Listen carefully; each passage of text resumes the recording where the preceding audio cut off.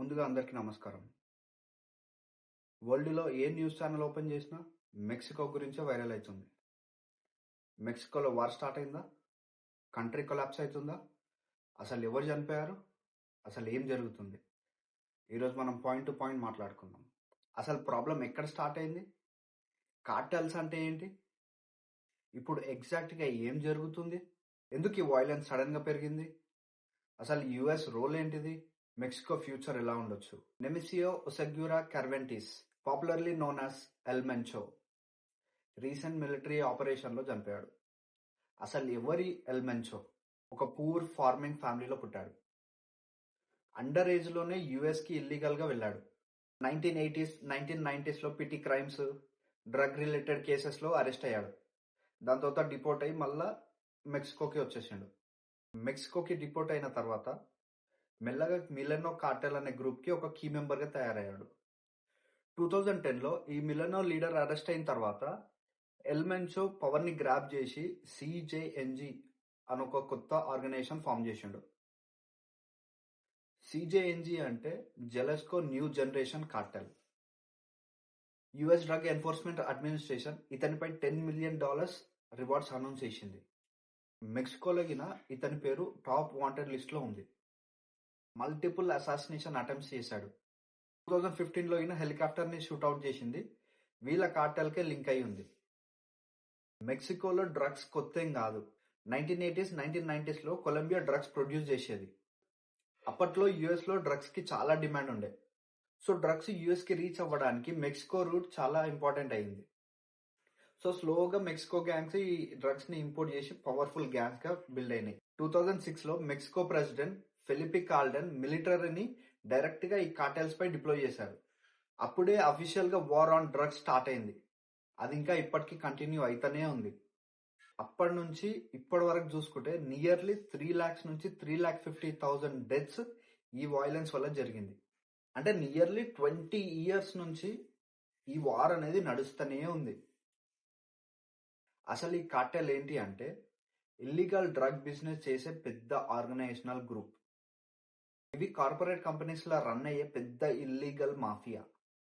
మెక్సికోలో main గా 2 cartels ఉండేవి. ఒకటి సినోలియా కార్టెల్ అండ్ ఈ సిజేఎన్జి. ఈ సిజేఎన్జి రీసెంట్ ఇయర్స్ లో చాలా అగ్రెసివ్ గా ఎక్స్పాండ్ అయింది.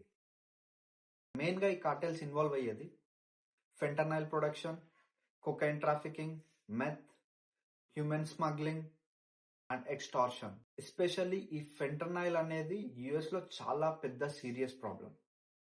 అసలు ఈ ఫెంటనైల్ అంటే చాలా పెద్ద పవర్ఫుల్ పెయిన్ కిల్లర్. హాస్పిటల్స్ లో సివియర్ పెయిన్ ని కంట్రోల్ చేయడానికి యూజ్ చేస్తారు. కానీ ఇల్లీగల్ గా మ్యానుఫ్యాక్చర్ చేసి డ్రగ్స్ లో మిక్స్ చేస్తే చిన్న డోస్ కి ప్రాణాలు పోయే అవకాశాలు ఉంటాయి. రీసెంట్ మిలిటరీ ఆపరేషన్స్ లో మెక్సికో ఫోర్సెస్ ఒక మేజర్ కార్టెల్స్ ని టార్గెట్ చేశారు. ఈ ఆపరేషన్ మొత్తం జెలిస్కో రీజియన్ లో జరిగింది. ఈ ఎల్ మెంచో అనే వ్యక్తి చనిపోయిన తర్వాత అక్కడ చాలా వైలెన్స్ క్రియేట్ అయింది. గన్ ఫైట్స్ జరగడము, హైవేస్ బ్లాక్ చేయడము, బస్సెస్ తగలబెట్టడము, పబ్లిక్ లో ఒక ఫియర్ క్రియేట్ అయింది. ఇలాంటి ఇన్సిడెంట్ జరిగినప్పుడు ఈ కార్టెల్ మెంబర్స్ ఎవరైతే ఉంటారో వాళ్ళు రివెంజ్ కి ప్లాన్ చేసుకుంటారు.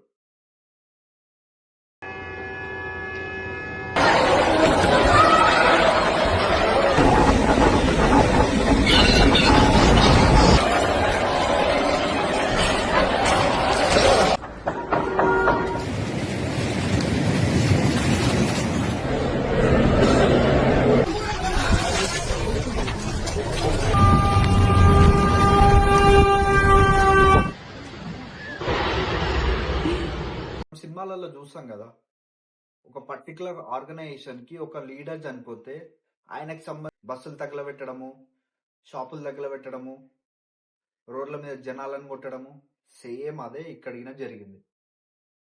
ఈ వైలెన్స్ కంప్లీట్ మెక్సికోలో జరగలేదు. ఓన్లీ స్పెసిఫిక్ కార్టెల్ ఇన్ఫ్లుయెన్స్ ఉన్న ఏరియాస్ లో మాత్రమే జరిగింది. 2016లో ఎల్ చాపో అరెస్ట్ అయిన తర్వాత సేమ్ ఇలాంటి వైలెన్సే జరిగింది అప్పుడు కూడా. ఈరోజు Mexico and US border nearly 3,000 kilometers share చేసుకుంటుంది. డ్రగ్స్ యుఎస్ కి వెళ్ళడమే మేజర్ కన్సర్న్ అసలు, ఎస్పెషల్లీ ఫెంటనైల్. యుఎస్లో రీసెంట్ ఇయర్స్లో చూసుకుంటే చాలా ఓవర్డోస్ డెత్స్ ఈ ఫెంటనల్ వల్లనే జరిగింది.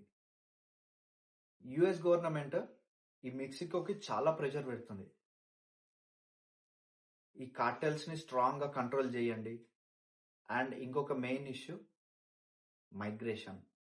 సెంట్రల్ అమెరికా నుండి మెక్సికో త్రూగా యుఎస్ కి వెళ్ళడానికి ట్రై చేశారు.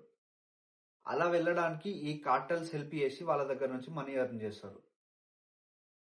ఇంట్రెస్టింగ్ పాయింట్ ఏంటంటే ఇంత వైలెన్స్ హెడ్లైన్స్ ఉన్నా మెక్సికో ఎకనామీ మాత్రం గ్రో అయితేనే ఉంది. Reason US China trade tension. Companies China నుండి మెక్సికోకి షిఫ్ట్ అవుతున్నాయి. దీనినే నియర్ షోరింగ్ అని అంటారు. దీనివల్ల మెక్సికోకి అడ్వాంటేజ్ ఏంటంటే యుఎస్ కి క్లోజ్ ఉంది, cheap labour and trade agreement USMCA. 2023-24లో మెక్సికో ఇంకా యుఎస్ కి ఒక మేజర్ ట్రేడింగ్ పార్ట్నర్ అయింది. ఆటో ఇండస్ట్రీ, ఎలక్ట్రానిక్స్ మ్యానుఫ్యాక్చరింగ్ ఇది చాలా స్ట్రాంగ్ గా గ్రో అవుతూనే ఉన్నాయి.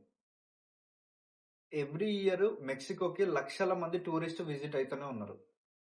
Only some parts of the places లో ఈ కార్టెల్స్ ఇన్ఫ్లుయెన్స్ ఉంది. మిగతా అన్ని టూరిస్ట్ ప్లేసెస్ మంచిగానే ఉన్నాయి. ఈ 2-3 డేస్ నుంచి మెక్సికో గురించి చూసుకుంటుంటే టోటల్ కంట్రీ వార్ జోన్ లాగా అనిపిస్తుంది. ఫైనల్ గా చెప్పాలంటే సిజేఎన్జీ లీడర్ ఎల్మెన్సో చనిపోయినా మెక్సికోలో టోటల్ ఈ కార్టెల్స్ కొలాప్స్ అవుతాయని చెప్పలేము. ఎందుకంటే ఈ కార్టెల్స్ అనేది చాలా పెద్ద చైన్.